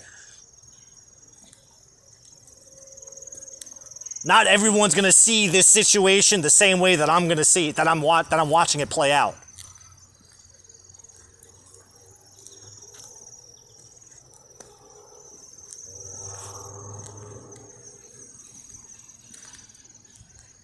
No, I didn't make a mistake. Well, okay, yes, I made a mistake. I made a mistake by being the victim. I made a mistake by being my victim and not letting the victims be victims. Whoa, hold on. Let me rephrase that. Thank you, HaShem. I'm sorry, I made a mistake by trying to play victim and taking the victim card away from the victims who are playing victim. That's why I'm a piece of shit. Right, HaShem? You're right. You're only as big of a piece of shit as you believe you are. I believe it.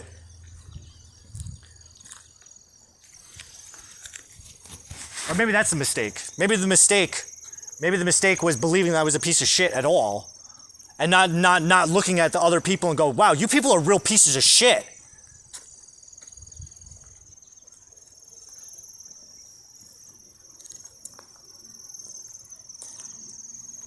Because I feel like what I'm doing right now is like I'm just building up ammunition to use so I can go, look at you fucking pieces of garbage. Are you happy? Are you guys happy?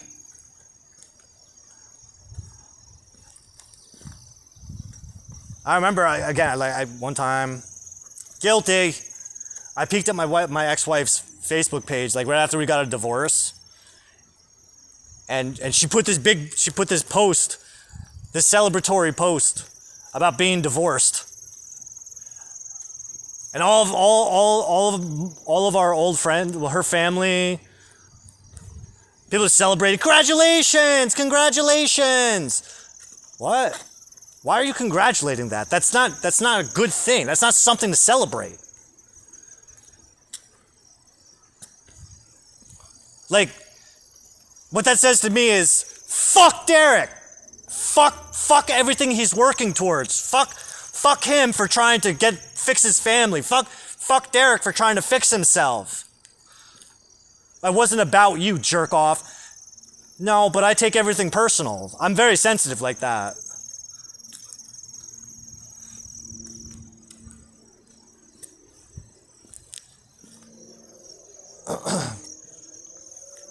Because I feel like, this is what my feelings feel like. I feel like I've been defamed. I feel like I've been like, I feel like my character has been like fucking drugged through the fucking shit.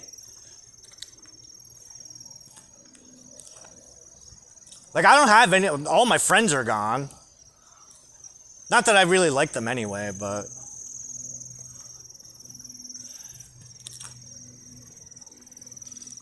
Technically, I think everybody knew I didn't like them. But I didn't like them just because I don't like people.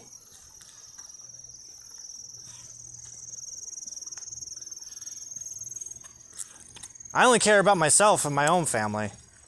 And even my family, like that. Not everybody's cared for the same. But I come from the philosophy that like I'm number one.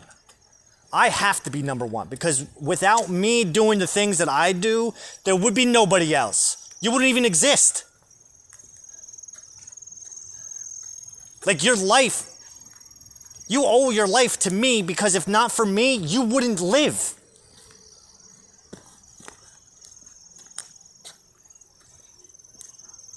I also think of myself as the center of the universe. Like existence as we know it is reliant on me. The minute I die, everything goes away. Like nothing matters anymore.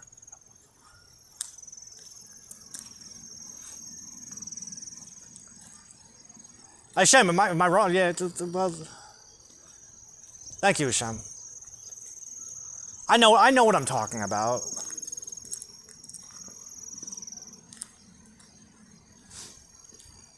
If I'm not there to appreciate something, it's not even worth appreciating. You ever sound like a real piece of shit? Yeah. I'm not always like this. I'm not always like this. I think it's just right now because I'm like really worked up. But I'm like this sometimes. Like if you ask me, the universe revolves around itself. Not only does the universe revolve around me, but the only reason that the universe actually does anything is for me.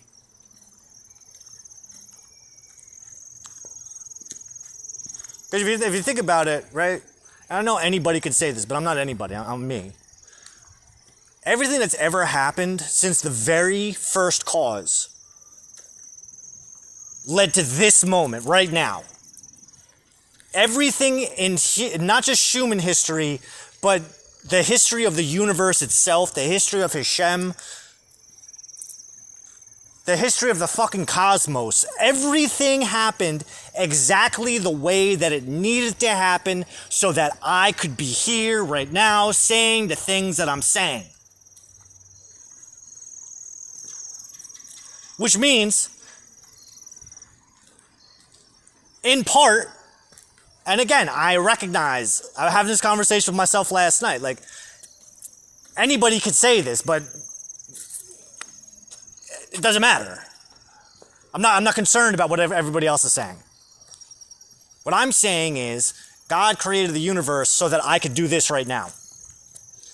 God created the universe so that I could separate with my wife. God created the universe so that I can come move back in with my mother and rebuild that relationship, by the way, because that relationship was fucked for a long time. And I was saying before, like, my mother has this thing of blaming my father. No, my father didn't do anything. Daddy never said, like, don't like your mother. Daddy said, you'll see for yourself.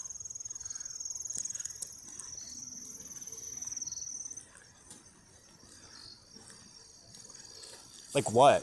As not keeping your word. Not,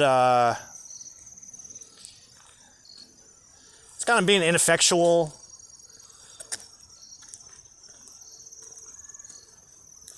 Just, no, he would tell us who you were, and then you would just do it. It was kind of like he was like, kind of going like, here, he was like spoiling the movie. You know what I mean? All right, at the end of the movie, you're gonna find out that Vader is Luke's father. You'll see for yourself. You don't believe me. You don't believe me? Go ahead, just watch.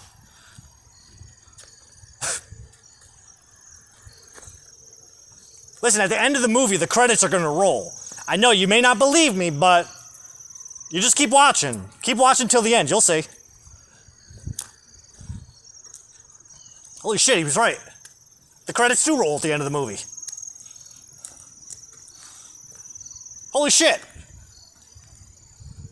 He said it. I am your father. He was right. Son of a bitch. So no, nobody ever soiled anyone's reputation. Because, well, here's the thing. You never listen to what somebody else has to say about somebody else. Never listen to what somebody else has to say about somebody else. If somebody has something to say about somebody else, it's because that they themselves are guilty of the same thing that they're accusing the other person of doing. Like at any time, like that was my saving grace with my ex. It's like anytime that we would message and she would remind me of like how fucked up I am, I would just, of course I would take it personal and I'd get mad, but then I remember like, no, try to imagine, thank you HaShem, try to imagine that she's talking about herself but using you as the punching bag because she can't take her own responsibility. It was just like when Kim messaged me that one time and then told me how she wanted to see if I had put a curse on her life because when I was mad at her. Why would you be mad at her? Oh, because she started dating some guy. Oh, she didn't tell me she was dating somebody. She despite all of my attempts at like, here are my feelings. This is what I want to do. I want to evolve our relationship. I want to take it to the next level. And not responding at all.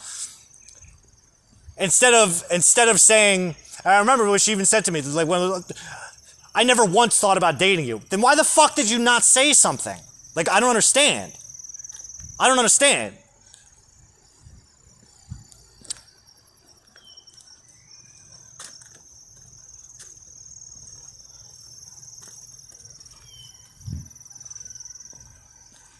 Because I was expecting you to figure it out on your own.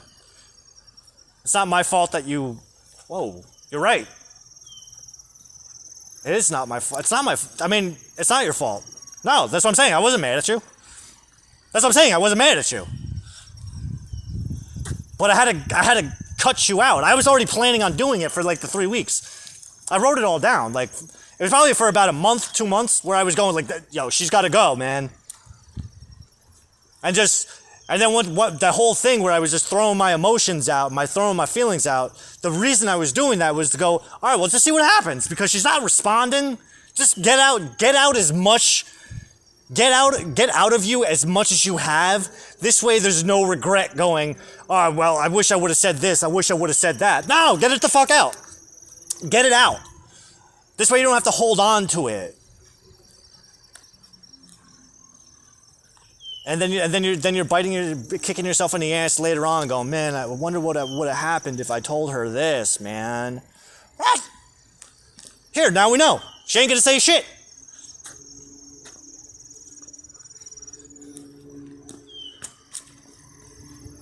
I found out. I didn't even mean to find out.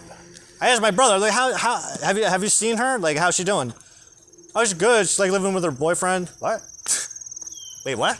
We were just talking like 2 weeks ago. I thought she was just talking to the guy. Wow, this has been going on for a while. Has it? Okay. Okie dokie. Well, same thing with my ex. It's like the guy we're only officially dating after the divorce. Meanwhile, you were with the guy since the fucking summer before. What the fuck are you talking about? You were with the guy when we were married. The court paper said irreconcilable differences. No, it wasn't irreconcilable differences. It was because she was seeing somebody else. Because she had a boyfriend. That's what it was.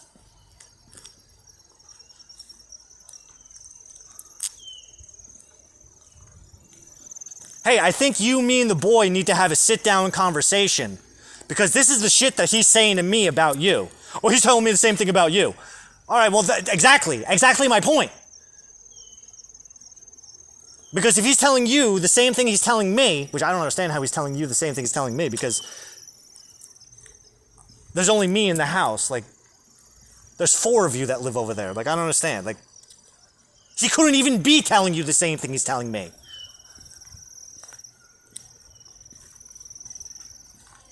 No, what it sounds like is you're trying to throw the kid under the fucking bus. Like, what the fuck is wrong with you?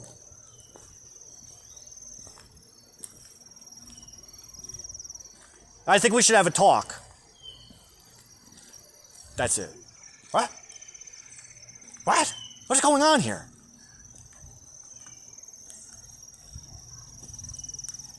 I got the feeling that they just wanted me out of the house. This way she can have the house back to herself. And that's why I stopped paying the mortgage. I was like, fuck this shit, man. I ain't going nowhere. I spent 10 years paying for this motherfucker. I ain't fucking leaving.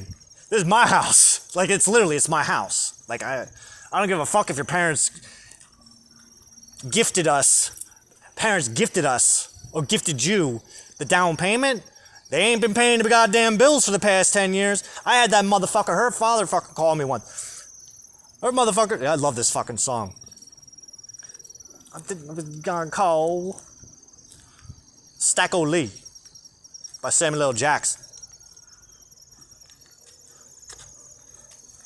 This motherfucker calls me up. Oh no, he didn't even call me up, he texts me. Because my buddy, he was letting me use his car. I was letting my friend park his car in my parking spot, because the condos that we lived in, we get 2 parking spots each. One was for my car, and I let him put his car in my ex's spot, because you're not living here, what the fuck? He had just gotten a motorcycle, so he wanted to put his motorcycle in his spot, and he asked me if he can use my spot to put his car in. And he gave me his keys. He's like, just use the car. Just use the fucking car whenever you want. Don't even worry about don't even use your car. Just use mine. All right, no problem. I accept. This motherfucker. I told her, you gotta get your shit out. If you're not coming back, you gotta get the stuff out. And if you don't get it out by the end of the week, I'm bagging everything up and I'm putting it down in the crawl space. And her father fucking texted me a couple like a day or two later. You're not putting our stuff down there. And you get this guy's car out of that spot or I'll move it myself. The fuck? The fuck are you talking to? How about this? You start paying my bills and you tell me who's gonna fucking park in my parking spot. Get the fuck out of here. Oh, and Friday night came. Friday night came in. I even gave him an extra day. When Friday fucking night came, or maybe it was Saturday night. I remember it was the night of the full moon. The boy and I, we had... Oh no, that was when I bagged everything up. I think I gave him like 2 weeks.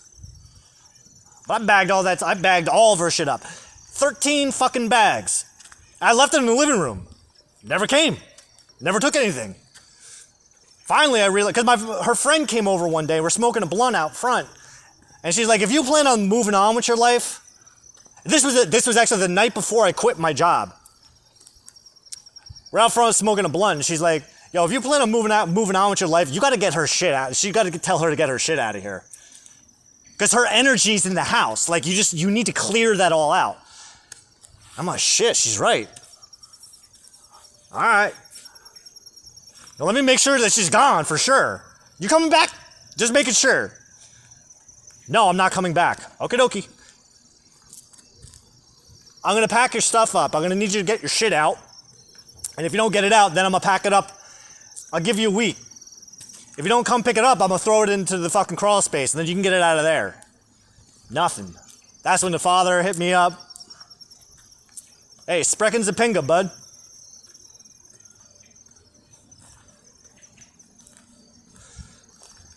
I packed up all that stuff. And then the crawl space, I don't even like going in the crawl space.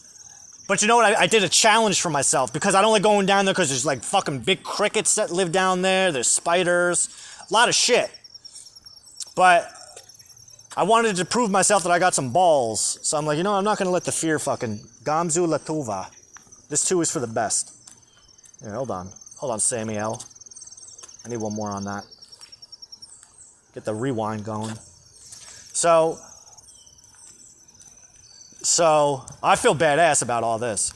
So we're not even up to that part in the book yet. That's not for another like book or two. So it was like a fucking Saturday night.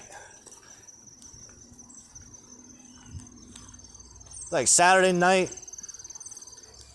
Open up that fucking gate into the fucking the gate. The fucking yeah, well that's what it was like. It was like one of those fucking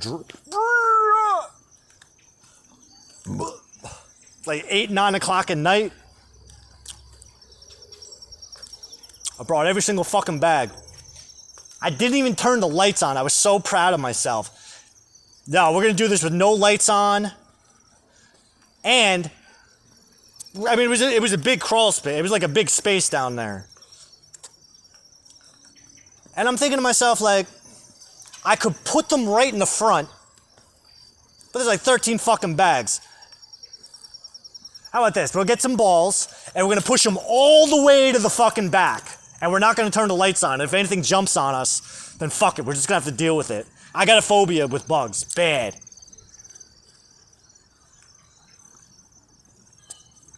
That's what I did. 13 fucking bags, back and forth, all the way to the fucking back. You're not gonna get your shit. Listen, I'm not gonna just be a pussy about it and go, okay, well, I'm gonna wait. No, sorry, nigga, you gotta get your shit. I'm moving on with my life. You clearly have moved on with your life. We got into a fight once. This is my house. Nigga, this ain't your house. This ain't your house. Because when was the last time you gave me money for the mortgage? Your mail comes here. That's it. Your house is mommy's house. The fuck out of here.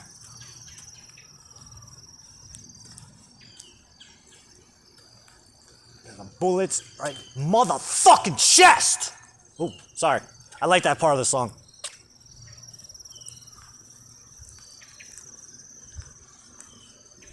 This the last part that I'm writing though. Like I remember that because me and her friend were sitting in the kitchen. It was during the day. She was using the washing machine. And This lady comes by, and she walks in like she fucking owns the place. The nigga, you haven't lived here in almost 2 months. You're going and rummaging through my fridge. What are you looking for? What are you looking for? You don't fucking eat my food? The fuck, you want me to go to your mother's house and fucking just start going through the fridge?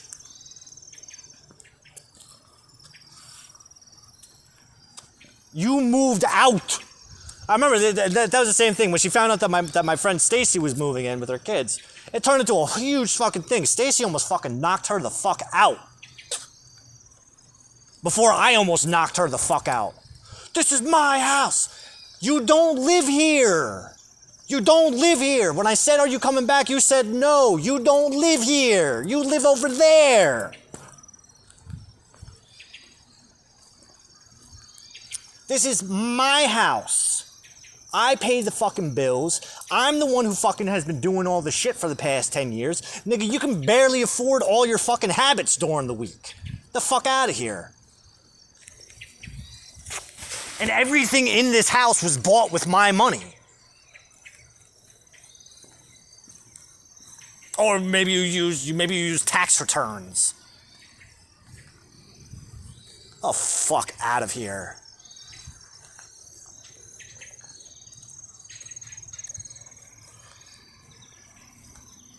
See, I told you not to feel bad about any of that. Thank you, HaShem.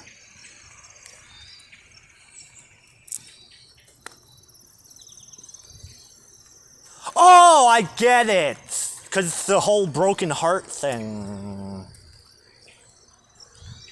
Because it's not even just from her. It also goes back to Ellen, too. Go fuck yourself, you bitch. Like you fucked your friend. And then didn't tell me about it for a fucking year. Like you didn't have the balls to fucking break up with me, you fucking bitch. Like, fuck you.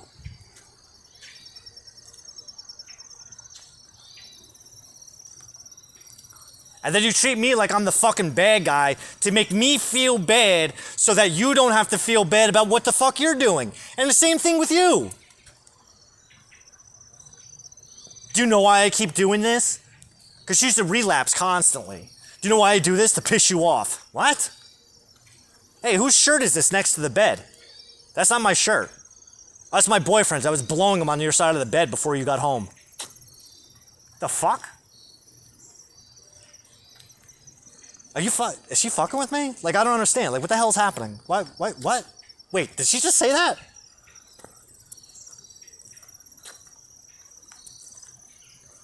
Oh, it must be him across the street. My best friend. My best friend who won't have sex with his own fucking partner. Why don't you tell him how about you didn't have sex with me? We went a year without sex. Right, we went a year without sex once. Because after my father died, I was fucking so mentally and emotionally distraught. After losing my father, sex was the last thing that was on my mind.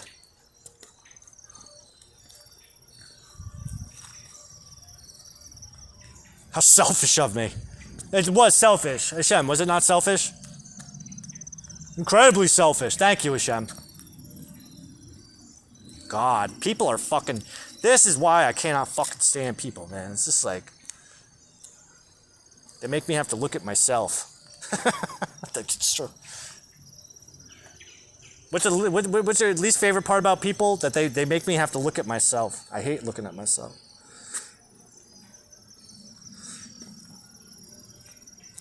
Although, I love looking at myself. I'm my favorite person to look at. Oh, let's go. Oh, what time is it? It feels like it's a lot later than what it is. 4:30? Shit.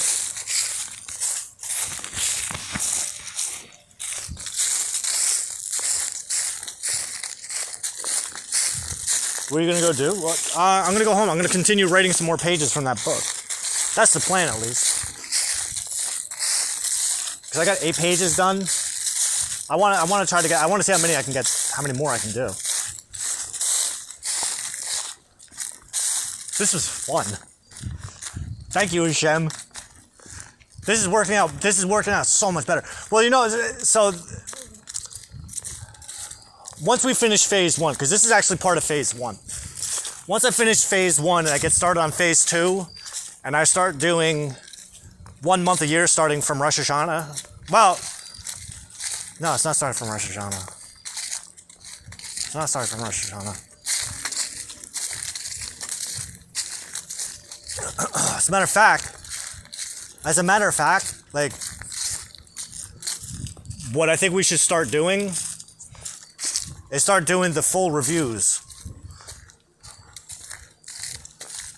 Because I think you're coming up to a quarter moon or something. Start writing about that. As a matter of fact, let's back that in. Let's go back to the Gemini new moon, and then we'll. You feel? Because I think that would be a wise decision. Just something's telling me, like, just because we're writing it out and doing this, we should still do it the way that we're doing it. This way it's done, you know? Because writing it out actually helps to even, like, get deeper into it. Okay. Alright, cool. That's a plan. So we'll do that tonight too. Actually, no, we're not going to do that tonight. Let's wait till we get... Let's wait. And I'm going to tell you why I want to wait. Because it's not a full month. We haven't even gotten to the whole month of Tammuz yet. Once we get to the end of Tammuz, then we can do it. Okay? Unless, because here's another idea. And hold on, bear with. This is a cool idea, I think. So what we do is we complete phase one, finish writing how to destroy a life, how to break a life. Then before we hop onto let's really fuck some shit up, what we do is we now backtrack to the beginning of how to break a life, and then do the moons, doing the moon cycles like that, you know. This way, we can do it the way that it's got to be done. Because I think it'll make a lot more sense. Because I think once we get the whole book written, and we get all of the all of this out, we'll be able to go back and actually see the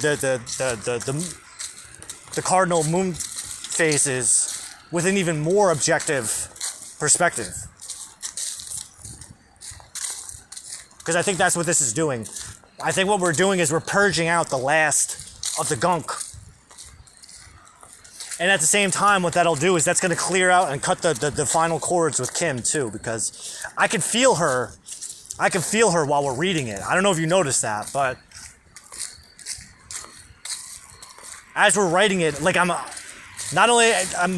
getting really conflicted with what I'm feeling and what I'm experiencing while I'm doing it. And I think what's happening is we're going back, but then at the same time, I'm also getting the thing from Kim too, because she has the original. Because what happens is, like, as I read it, I start to imagine what she's experiencing from reading it. And I don't believe that she's reading it, but it feels that way. Like, I start going, oh my God, what is she thinking when she's reading this stuff? But that's actually a good thing too. That's actually a really good thing.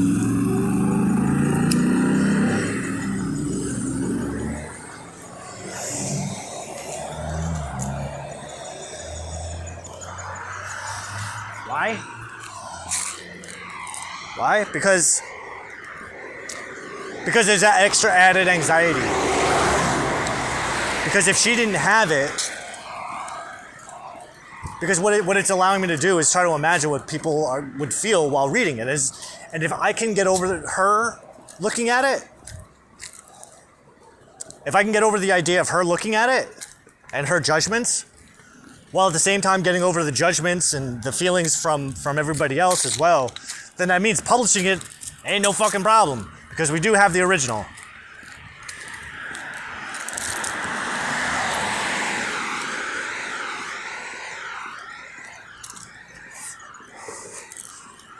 Because that's the point. That's the point, is to publish them. Because it's almost like, I mean, it's almost like a manifesto. It feels like a manifesto, to be perfectly honest. Because I'm constantly talking about fucking not overthrowing, but taking over the government, a new world order under me, under my rule, which is the ultimate goal. Like, don't get me wrong. Like, that is still the goal. It will always be the goal until it happens.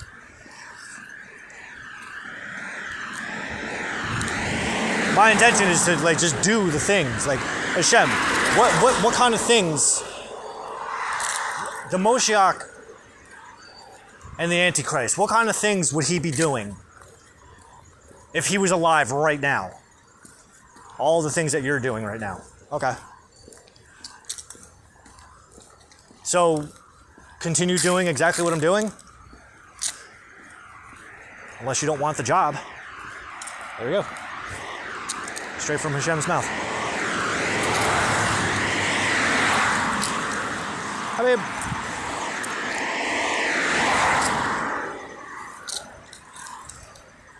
God, I love being a Jew. I love being a Jew so much. Like, it is so much, like,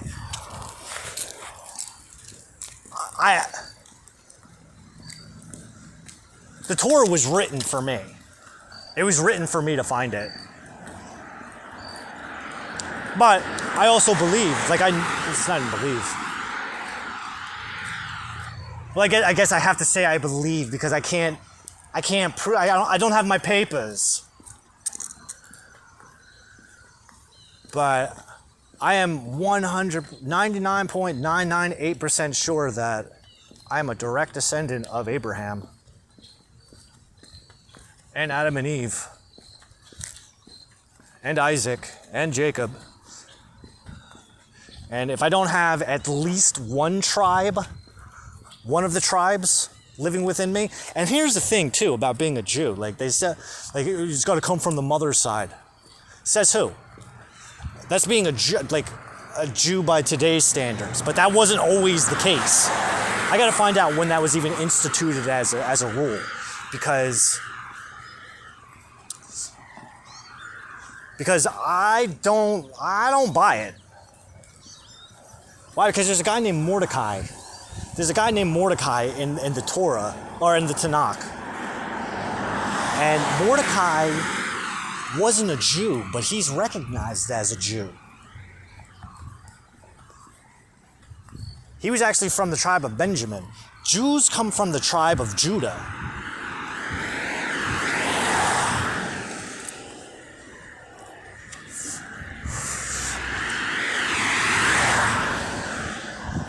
So why was Mordecai, he came from the tribe of Benjamin. So he wasn't a Jew, technically. By today's standards, he was recognized as a Jew because, according to the Talmud, which, by the way, the Talmud's just debates. Nothing really set in stone.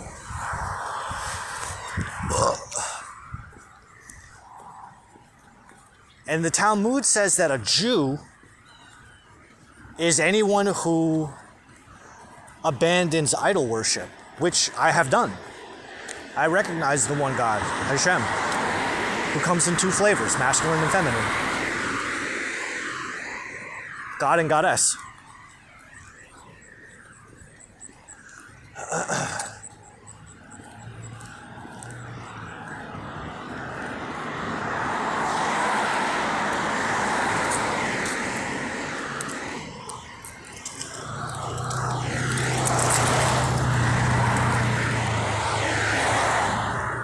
Yeah, but what I like about being a Jew the most is like, it's challenging. It's not easy. There's struggle. Like, you gotta struggle. You gotta fight for it, man. Like, Hashem doesn't. We may be the chosen ones. We may be his favored people, but it ain't easy being cheesy. I'll tell you that right now.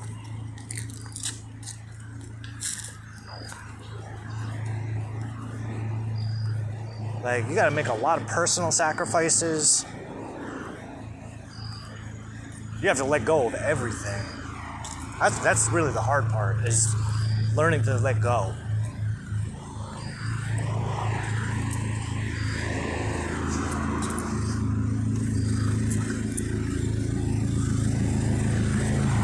But I like a good challenge, so. What the hell's today? It's Thursday.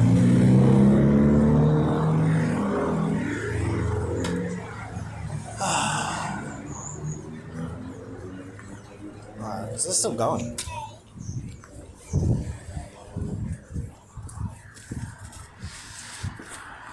And this is what you're for. Right, so basically, wait.